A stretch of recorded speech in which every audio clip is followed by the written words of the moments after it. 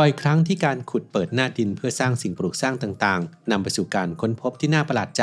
ครั้งนี้ก็เช่นกันครับที่การขุดเพื่อสร้างอพาร์ตเมนต์กลางเมืองในเยอรมันได้นำไปสู่การค้นพบซากวิหารศักดิ์สิทธิ์อายุเกือบ 2,000 ปีของลัทธิที่บูชาดวงดาวลัทธิลึกลับแห่งจักรวรรดิโรมันที่เคยรุ่งเรืองถึงขีดสุดโดยวิหารแห่งนี้เป็นสถานที่ประกอบพิธีกรรมลับในโถงถ้ำใต้ดินใต้แสงเทียนสลัวและเป็นที่พึ่งพิงทางใจของทหารที่อยู่ห่างไกลบ้านเกิดก่อนที่จะถูกเปลวเพลิงกลืนกินและสูญหายไปในหน้าประวัติศาสตร์คลิปนี้จะพาทุกคนไปค้นหาคำตอบว่าซากของวิหารและวัตถุโบราณที่แตกหักเหล่านี้ซ่อนความลับอะไรไว้บ้างกันครับ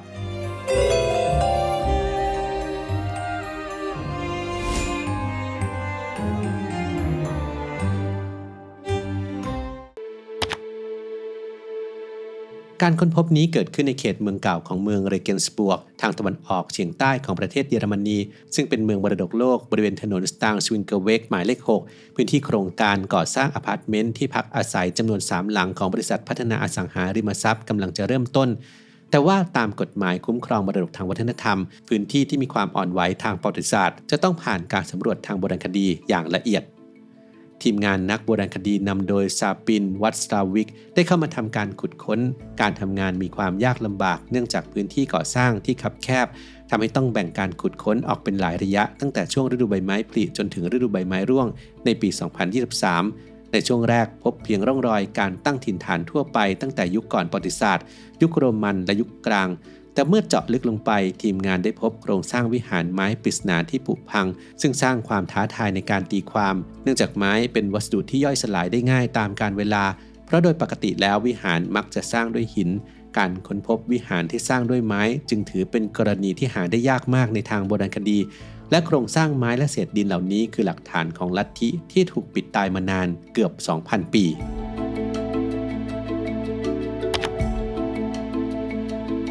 เมื่อการขุดค้นดำเนินต่อไปรากฐานของวิหารแห่งลัทธิมิทรัสก็ปรากฏชัดเจนขึ้นเทพเจ้าองค์นี้มีต้นกำเนิดจากเอเชียไมเนอร์และแพร่หลายเข้าสู่กรุงโรมผ่านการแลกเปลี่ยนวัฒนธรรมลัทธินี้ถูกเรียกว่าลัทธิความลับหรือลัทธิบูชาดวงดาวที่มีชื่อเสียงและลึกลับที่สุดในจักรวรรดิโรมันโดยมีศูนย์กลางความเชื่อผูกพันกับแสงสว่างระเบียบของจักรวาลและความรู้เร้นลับกฎเกณฑ์ของลัทธิมีความเคร่งครัดแต่อนุญาตให้เกิดความเท่าเทียมผู้เข้าร่วมต้องเป็นผู้ชายเท่านั้นส่วนใหญ่เป็นทหารผ่านศึกพ่อค้าทาสและเสรีชนและภายในพื้นที่ศักดิ์สิทธิ์ชนชั้นทางสังคมจะถูกปรับให้ทุกคนนั้นมีสถานะเท่าเทียมกันผู้เข้าร่วมที่เรียกว่ามิสเตจะได้รับการถ่ายทอดความรู้ลับแบบปากเปล่าโดยไม่มีการบันทึกเป็นคัมภีร์พวกเขาต้องผ่านบททดสอบเพื่อเลื่อนระดับชั้นความรู้ทางจิตวิญญาณ7ขั้นเปรียบเสมือนเป็นการปีนบันไดสวรรค์มุ่งสู่ความเข้าใจจักรวาลลัทธิมิทรัสเจริญรุ่งเรืองทั่วจักรวรรดิโรมันในช่วงคริสตศตวรรษที่2และ3ซึ่งดำรงอยู่และแข่งขันกับศาสนาคริสต์ยุคแรกเริ่มก่อนจะพ่ายแพ้และสูญสลายไปในคริสตศตวรรษที่5เมื่อศาสนาคริสต์กลายเป็นศาสนาหลักในอดีตลัทธินี้ถือได้ว่าได้รับความนิยมอย่างมากในหมู่ทหารโรมันเนื่องจากหลักคำสอนที่เน้นย้ำถึงความภักดีความกล้าหาญและความผูกพันฉันพี่น้องซึ่งเป็นสิ่งที่ทหารแนวหน้าต้องการเป็นอย่างยิ่ง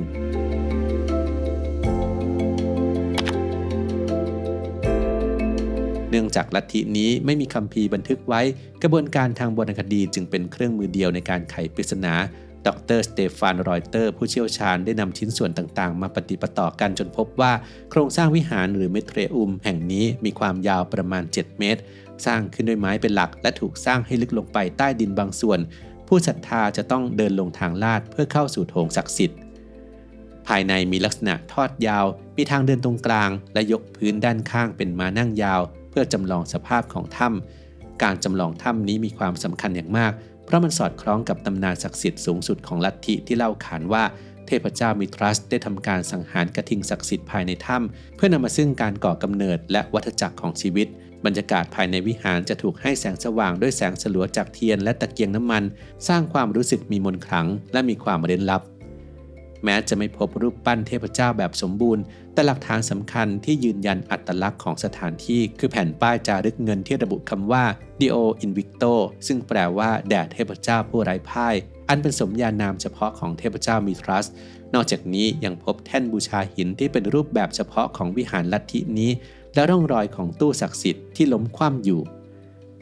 หลักฐานที่ช่วยเปิดเผยกิจกรรมลับคือภาชนะเซรามิกตกแต่งลวดลายงูซึ่งเป็นสัญลักษณ์ของการต่ออายุและการเปลี่ยนแปลงนอกจากนี้ยังพบกระถางธูปเหยือกวายแบบมีหูจับหรือเฮนเคลครูเกอร์และเศษกระดูกสัตว์ในหลุมขยะบ่งบอกถึงการจัดงานเลี้ยงศักดิ์สิทธิ์ผู้ศรัทธาจะนั่งหรือเอนกายบนม้านั่งยกพื้นทั้งสองฝั่งและดื่มกินร่วมกันอย่างหรูหรา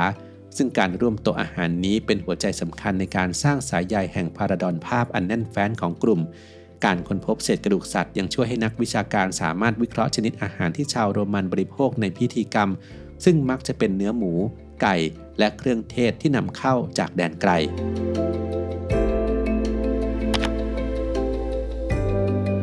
นักโบราณคดีสามารถระบุอายุของวิหารได้อย่างแม่นยำจากเหรียญกระสาบจำนวนมากที่พบในพื้นที่ขุดค้น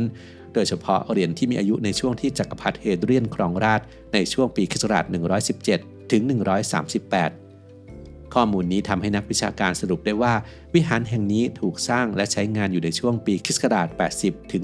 171 ซึ่งพิสูจน์ว่านี่คือวิหารลัทธิมิทรัสที่เก่าแก่ที่สุดในบรรดาวิหาร 9 แห่งที่เคยพบในแคว้นบาวาเรียและอดีตจังหวัดราเอเทียของจักรวรรดิโรมันสิ่งนี้แสดงให้เห็นว่าลัทธิจากตะวันออกได้แผ่ขยายเข้ามาฝังรากลึกในดินแดนแถบชายแดนแม่น้ำดานูบเร็วกว่าที่คาดคิดไว้หลายทศวรรษโดยเกิดขึ้นในช่วงที่กองทหารโรมันมาตั้งค่ายย่อยที่คุ้มมึนก่อนที่จะมีการตั้งค่ายทหารกองพลขนาดใหญ่คลัสตาเรจิน่าในบริเวณนี้โดยปกติแล้วลัทธิมิทรัสจะได้รับความนิยมแพร่หลายในช่วงปลายศตวรรษที่ 2 การค้นพบวิหารที่สร้างขึ้นนี้โดยสืบอายุได้ตั้งแต่ช่วงปลายศตวรรษที่ 1 จึงถือเป็นการค้นพบที่สำคัญซึ่งเปลี่ยนแปลงลำดับเวลาทางประวัติศาสตร์ของศาสนาในภูมิภาคนี้อย่างมีนัยสำคัญ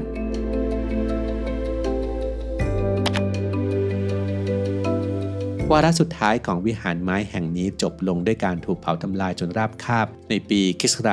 171ซึ่งเป็นช่วงเวลาที่สอดคล้องกับสงครามมาโคแมนนิกที่ชนเผ่าพื้นเมืองเยอรมันข้ามแม่น้ำเข้าโจมตีแนวชายแดนโรมันแม้ชุมชนโรมันจะถูกสร้างขึ้นใหม่ให้ใหญ่โตกว่าเดิมในยุคของจักรพรรดิมาคัสออเรเดียสแต่วิหารแห่งนี้ก็ไม่เคยถูกสร้างขึ้นทับที่เดิมอีกนักวิชาการสันนิษฐานว่าวัตถุศักดิ์สิทธิ์ที่ไม่เสียหายอาจถูกกู้คืนไปใช้ในวิหารแห่งใหม่แล้ววิหารถ้ำใต้ดินแห่งนี้เป็นมากกว่าสถานที่ประกอบพิธีกรรมสำหรับทหารโรมันและผู้ตั้งถิ่นฐานที่ต้องประจำการอยู่บริเวณขอบจักรวรรดิท่ามกลางอันตรายและความไม่แน่นอนของสงครามสถานที่แห่งนี้คือพื้นที่ปลอดภัยที่มอบความเป็นพี่น้องความจงรักภักดีและเป็นที่พึ่งพิงทางจิตใจสงครามมาโคแมนิกเป็นความขัดแย้งที่ยืดเยื้อยาวนานกว่าทศวรรษสร้างความเสียหายอย่างหนักต่อแนวป้องกันชายแดนของจักรวรรดิโรมันและทำให้สิ่งก่อสร้างทางศาสนาหลายแห่งต้องถูกทิ้งร้างหรือถูกทำลาย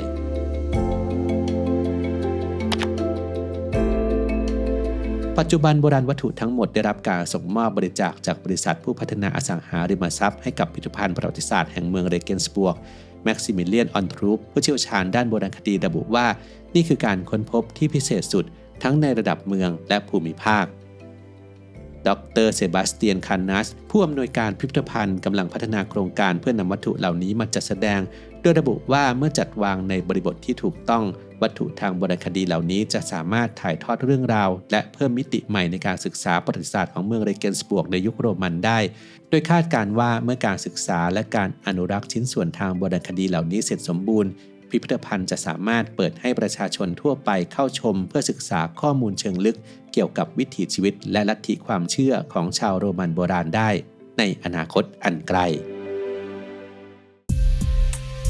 CBD Morning Gummies มีส่วนผสมของโสมเกาหลีที่ช่วยลดความเหนื่อยล้าจากการทำงานหนักหรือว่านอนไม่พอพร้อมทั้งเสริมระบบภูมิคุ้มกันโดยรวมด้วยครับเป็นการทำงานร่วมกันแบบ Dual Effect คือกระตุ้นร่างกายให้ตื่นตัวพร้อมกับช่วยผ่อนคลายจิตใจด้วยคุณสมบัติของ CBD ผู้ใช้บางคนสามารถลดปริมาณการดื่มกาแฟในระหว่างวันลงได้อย่างชัดเจนโดยยังคงรู้สึกสดชื่นต่อเนื่องไปจนถึงช่วงบ่ายครับคิดว่า CBD นั้นมีประโยชน์ในด้านอื่นๆอีกอย่างไรลองคอมเมนต์มาคุยกันได้ครับ